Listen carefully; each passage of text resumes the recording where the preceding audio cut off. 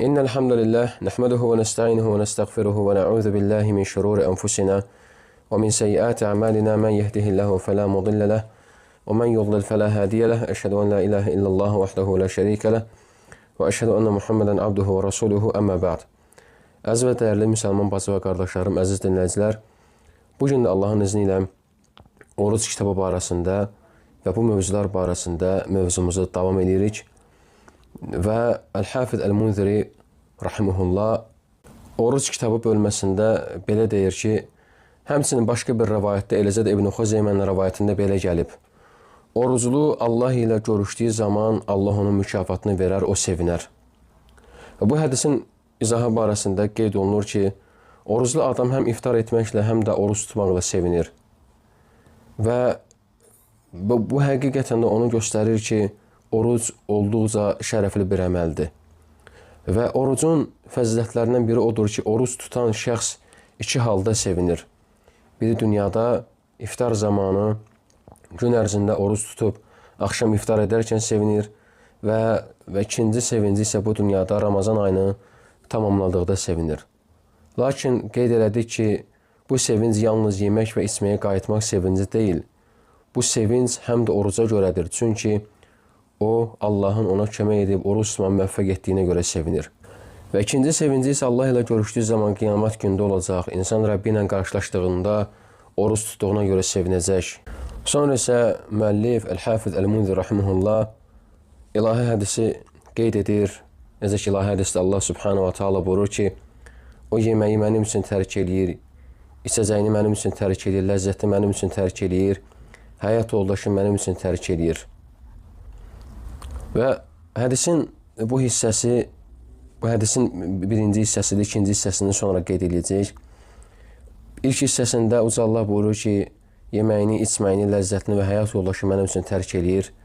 Fəqihlər burada qeyd ediblər ki, bu orucun həqiqətidir. Yəni, insan müəyyən vaxtda və həmçinin niyyətlə orucu pozan şeylərdən çəkinir. Və bu həqiqi oruc deməkdir. Və niyyət də iki cürdür. İnsanın həm ixlaslı olması ibadətində və həmçində orucu tutmaq üçün etdiyi niyyət. Və Uca Allah Qudsi hədisdə orucu pozan əsas şeyləri bizlərə qeyd elədi. Və oruc tutan şəxs mütləq yeməkdən və içməkdən və cinsi əlaqədən çəkinməlidir. Yemək və içmək odur ki, yəni adi yollarla bədən daxilinə çatan hər bir şey buraya daxildir. Bədən daxili deyildiyi zaman müəllif buyurur ki, bədən daxili mədədir və onun başlanğıcı boğazdır. Yəni boğaza çatan hər şey artıq mədə daxilinə girilmiş sayılır. İstər mədədə qalsın, istərsə də qalmasın. Alimlərin əksəriyyətinə görə adi yollarla bədən daxilinə çatan hər bir şey orucu pozur. Fərqi yoxdur, bu qidalandırıcıdır və ya zərərlidir və ya mədədə həll olunan maddədir, yoxsa ki, həll olunmayan maddədir. Misal olaraq, qidalandırıcı şeylərə, faydalı şeylərə misal çəkə bilərik. Məsələn, insanın daxili orqanına çörəyin daxil olması, yəni çörək yeməsi, düyü, ət yeməsi və bunlar artıq mədəyə gedir və orucu pozur. Və həmçinin də zərərli şeylər də orucu pozur. Məsələn, siqaret çəkmək, Allah bizi bundan qorusun, haram və zərərlidir və həmçinin bu da orucu pozur. Deməli, bu qeyd etdiklərimiz onu göstərir ki, yəni əgər bu şeylər artıq boğazdan aşağı enibsə və artıq bədən daxilinə girmiş sayılır. Və qeyd edik, istər bu şey mədədə qalsın, istərsə də qalmasın, fərqi yoxdur. İstərsə bu şey qidalandırıcı olsun, zərərli olsun, mədədə həll olan bir şey olsun və yaxud da həll olmayan bir şey olsun, bunlar orucu pozur. Və hətta qeyd edə bilərik, əgər bir şey mədədə ərisə və mədə onu həzm eləsə, bu adi qida növləri kimi hesab olunur. Yəni, insan orucu pozulur. Yox, əgər mədədə əriməsə, sadəcə daxil olub, əvvəlki kimi xaric olsa, misal olaraq deyə bilərik, insan hər hansısa bir daş udub və yaxud da hər hansısa bir üzü yudub və əgər bu mədədə həzm olunmadan çıxsa belə, yəni bu kimi əriməyən maddələri utsa da belə, o zaman əksər alimlərin fikrincə qeyd etdiklərinə görə bu orucu pozar. Adi yollarla, adəti yollarla bədən daxilinə çatan hər bir şey orucu pozur. İnsanın bədəndə giriş yolları var. Hansı ki bunlar adəti yollardır və onlar da iki əsas yoldur, ağız və burundur. Bunlardan başqa olan yollar, adəti yollar, adi yollardan hesab olunmur. Yəni buna misal olaraq, adəti yollardan hesab olunmayan insan bədənindəki yollardan gözü və həmçinin qulağı misal çəkə bilərik. Göz boğaza giriş yolu deyil. Amma burun və ağızda boğaza giriş yolu var. Və göz boğaza giriş yolu olmadığına görə insan gözünə damcı töksə və bu orucu pozmur. Hətta boğazında azlıq hiss etsə də belə, bu sadəcə alimlər qeyd edir ki, dad hissiyatıdır və əslində maddə özü deyil. Üstəlik, belə hallar nadirən baş verir və fiqh elmində də nadir hallar hökm təşkil eləmir. Və həmçinin qulaq boğaza giriş yolu sayılmır. Əgər insan qulağına damcı töksə və bu bilmədən boğazına çatsa, orucu pozmaz. Çünki o bunu qəsdən eləməyib. Və ümumi qəbul edilən, yəni reallıq budur ki, qulaq boğazı aparan bir yol deyil. Və cümhur alimlərin fikrinə görə ağız və burundan bədən boşluğuna, cəvfə gedən hər bir şey orucu pozur. Və həmçinin yemək və içməyə bənzər şeylər də yemək və içki hökmünə daxildir. Yəni, ağız və burundan başqa yollarla mədəyə çatan şeylər də yemək və içmək hökmündə sayılır. Misal olaraq, deyə bilərik ki, əvvəlcə qeyd edilir ki, mədə boşluğuna ağız və burundan başqa hansı yollarla nəsə çata bilər? Misal olaraq, deyə bilərik, iynələr, qidalandırıcı iynələr. Yəni, misal üçün, xəstəyə damar vasitəsilə qidalandırıcı iynələr vurulur və həmən bu məhlul damara yeridilir və bədənə daxil olur. Belə iynə qidalandırıcıdır və nəticədə mədəyə, yəni bədən boşluğuna çatır. Belə olan halda o da həmçinin yemək və içki hökmünə düşür. Bu məsələnin iç tərəfidir. Ki, yəni bu insanın orucunu pozur. Bu kimi iynələr orucu pozur. Yaxşı, bəs mahiyyət etibarı ilə yemək və içki hökmündə olan nədir? Bəzi alimlər deyiblər ki, bədəni qidalandıran hər bir şey. Yəni, bədəni qidalandıran və ona güc, enerji verən maddələr orucu pozur. Məsələn, xəstələrə verilən qidalandırıcı maddələr və ya bəzi insanların qəbul edildiyi vitamin iynələr də bu qəbəldəndir. Çünki bunlar bədənə enerji və güc verir. Bu isə orucun əsas məqsədinə ziddir. Yəni, əgər insan tuta bilmirsə, yəni insan bununla mükəlləf olunmayıb. Xəstəlik ümumiyyətlə aradan qalxmayan bir xəstəlikdirsə, buna görə hər gün bir kasıbı yedizdirir. Amma hər bir halda ötüb gedən xəstəlikdirsə və yaxud da insan özünü halsız hiss edirsə, yəni bu kimi şeylərdən istifadə etməsi orucu pozur. Yəni, çünki qeyd elədik ki, bu kimi şeylər, gücləndirici iynələr vurmaq və s. və ilə axır, bədəndə olan enerjini artırmaq, bunlar hamısı orucun əsas məqsədinə ziddir.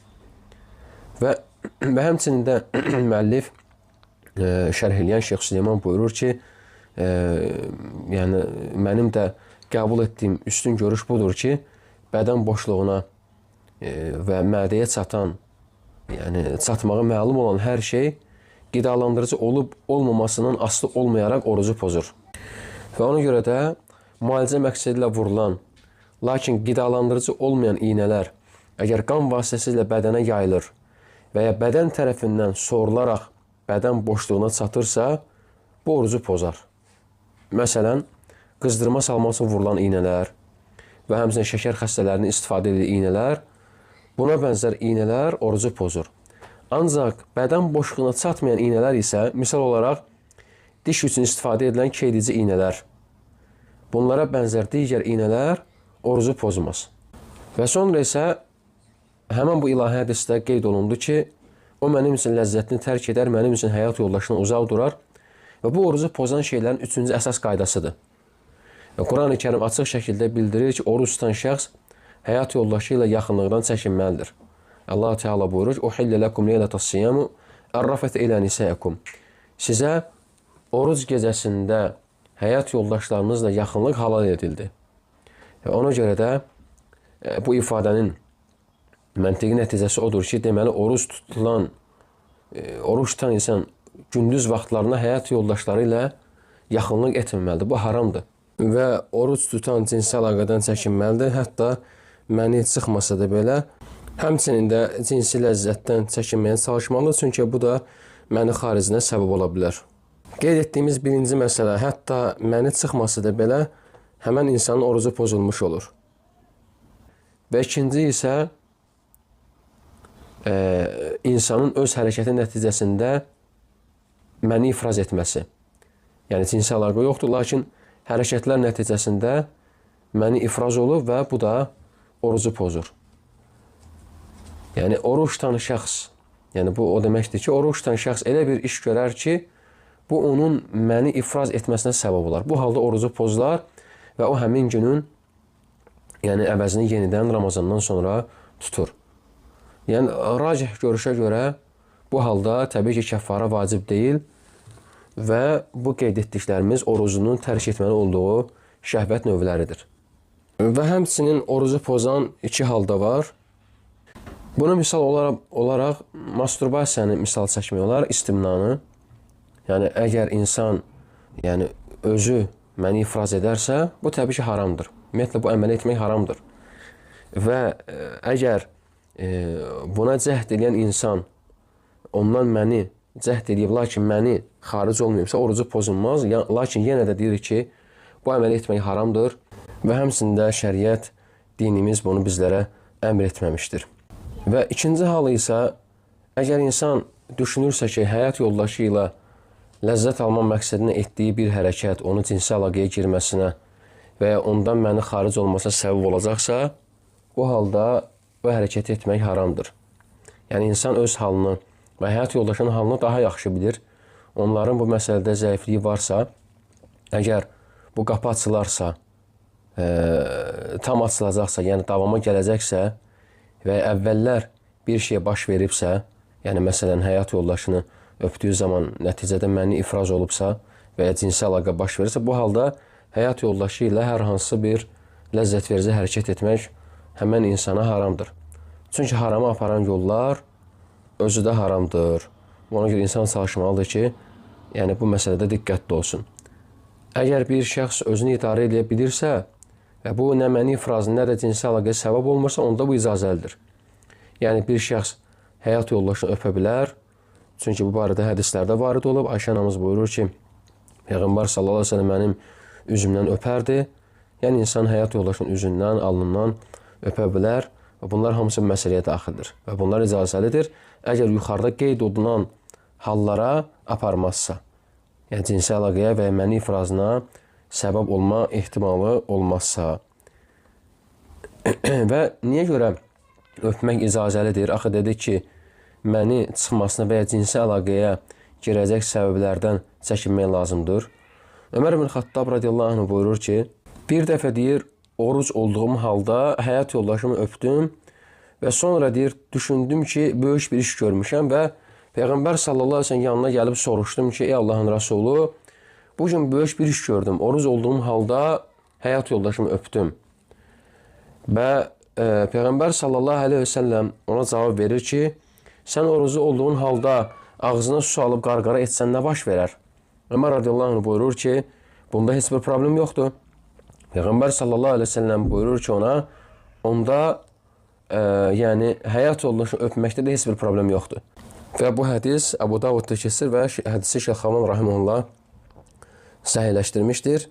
Və bununla da Peyğəmbər sallallahu əleyhi və səlləm Ömər ibn Xattaba izah elədi ki, oruç tutan şəxsin həyat yoldaşını öpməsi ağza su almaq kimidir. İnsan oruclu vaxt ağzına su aldıqda dəstəmaz vaxtı bu orucu pozmadığı kimi öpmək də eyni şəkildə orucu pozmur.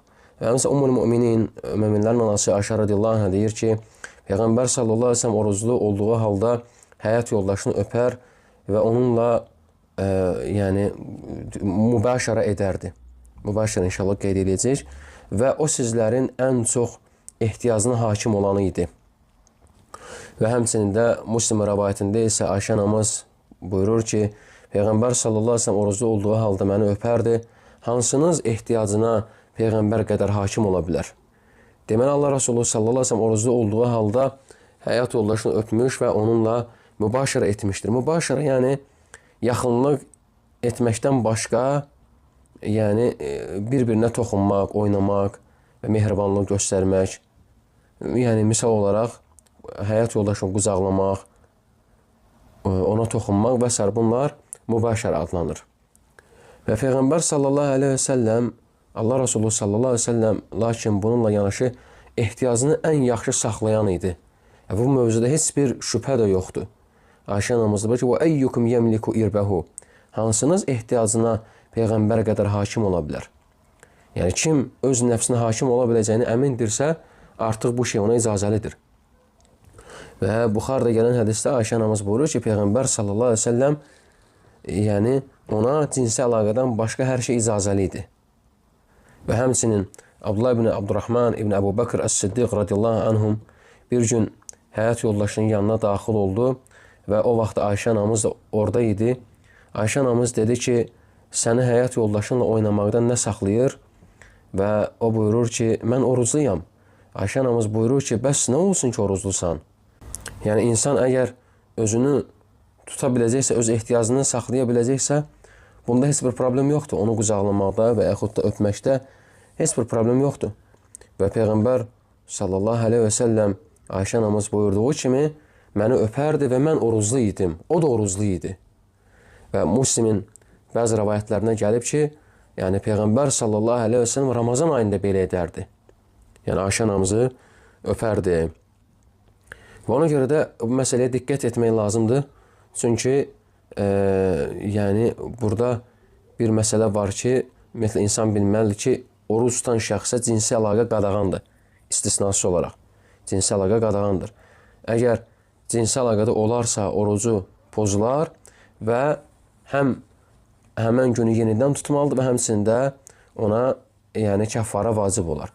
Və sonra isə Əl-Hafiz Əl-Munzir rahimehullah qeyd eləyir ki, Allah onu rəhmət eləsin, Hərith Əl-Əş'əridən gələn hədisi gətirir və hədisdə qeyd olunur ki, Allah sizə oruç tutmağı əmr elədi. Onun misalı bir dəstə insan arasında olan və özü ilə müşk daşıyan bir adama bənzəyir.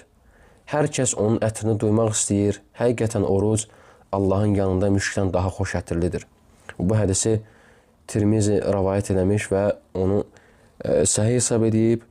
Lakin yəni hədisdə belə bir ifadə də işlədilib ki, oruç tutan insanın nəfəsi Allahın yanında müşkdən daha xoş ətirlidir. Bu hədisi həmsə İbn Xuzeymə öz Səhih əsərində və həmsə İbn Hibban və Hakim rivayət ediblər. Və həqiqətən də bu oruç tutan Allah qatındakı dəyərini göstərən bir misaldır bu hədis. Allah sizə orucu əmr eləyib kəlməsi onu göstərir ki, oruc tutan Allahın qulları arasında xüsusi bir məqama sahibdir. Elə bir məqam ki, bir dəstə insan arasında olan bir adam kimi, bir dəstə, yəni bir qrup insan arasında, özü də elə formada ki, özü ilə müşk olan bir şəxs, yəni özü ilə bağlamada bir müşk daşıyır. Həmən bağlama bağlı, içində müşk var, lakin insanlar müşkü görmür və bilmir, sadəcə onun ətrini hiss edirlər. Bu misal bizə nəyi izah eləyir? Əgər sənin yanında bir bağlamada müşk varsa, o bağlama qapalı olduğu üçün insanlar içindəkini, həmən bağlamanın içindəkini görməzlər və bilməzlər. Amma müşkün ətri isə hər yerə yayılar və insanlar bu gözəl qoxunu hiss edərlər. Oruc da belədir. Oruc tutanın əməli gizli, siz görmürsünüz və bu şəxs insanlar arasında oturur, amma onun oruc olduğunu heç kəs bilmir, Allah özündən başqa. Lakin təbii ki, Ramazanda hər kəs oruc tutduğu üçün bu bilinir. Lakin Ramazandan kənarda isə insanlar bir yerdə oturur, bir nəfər oruc olur, amma heç kim bundan xəbərdar olmur. Və bunun misalı ona bənzəyir ki, necə ki, əvvəldə qeyd elədik, səndə bir bağlama var, bağlamanın içərisində müşk var və onu sən özünlə daşıyırsan və insanlar o bağlamanın içərisindəki müşkü görə bilmirlər. Lakin onun ətri isə yayılır, hər yerə səpələnir və insanlar bu qoxunu hiss edirlər. Bu da təbii ki, dedik ki, həmən bu orucunun qoxusudur. Və onun orucu gizli, lakin Allah qatında böyük dəyəri var. Ümumiyyətlə, insanların baxışında oruc tutanın nəfəsi, ağzından gələn qoxu xoş olmayan bir qoxu ola bilər. Çünki azlıq səbəbi ilə dəyişib. Lakin Allah yanında bu qoxu müşkdən də daha gözəldir. Buna görə oruc tutan insan, şəxs oruc tutanların azlığına görə özünü tənha hiss eləməli deyil. Və yəni əgər sən elə bir şəhər, yer və ya elə ailədəsən ki, orada yalnız sən oruç tutursan, özünü tənha hiss eləmə. Çünki sən müşk dolu bir qutunu özünlə daşıyırsan və sən Allah yanında xoş olan bir insansan və oruc tutanın nəfəsi Allah qatında müşkdən də gözəldir. Və bu, orucun fəzilətinə aid olan dəlillərdən bir dəlildir. Və Allah subhanahu wa ta'ala bizləri Ramazan ayını imanla, mükafatını Allahdan umaraq tutan kəslərdən eləsin. Və sonda isə yenə də sual-cavab bölümündən bir sual və cavabı nəzərinizə çatdıraq ki, oruca niyyət məsələsi, ümumiyyətlə niyyət elə bir əməldir ki, bu qəlbdə olur. Ramazan orucunun niyyətinə gəldikdə isə racih görüşə görə kim Ramazan ayının ilk gecəsində oruç tutmaq niyyəti eləyərsə, bu ayın qalan günləri üçün də kifayətdir. Lakin təbii ki, kamil olan odur ki, insan hər gecə yenidən niyyət etsin, lakin birdən unudarsa, orucu yenə də səhihdir. Çünki artıq o ilk gecədə niyyət eləmişdi. Ancaq birdən əgər Ramazan ayı ərzində orucu kəsilsə, məsələn, səfərə getsə və yaxud da qadın heyz halına girib orucu tərk eləsə və yenidən oruç tutmaq istəsə, bu halda yenidən oruca başlamaq istədikdə gecə niyyət etməlidir. Çünki onun ilk niyyəti artıq kəsilmişdi. Hər bir halda daha doğrusu Allah bilir. Allah subhanahu wa ta'ala bizi eşitib yaxşısına tabi olanlardan eləsin. Subhanəkəllahumma hamdik. Əşhədu ən la ilahə illə ənt. Əstəğfiruka və ətubu ileyk.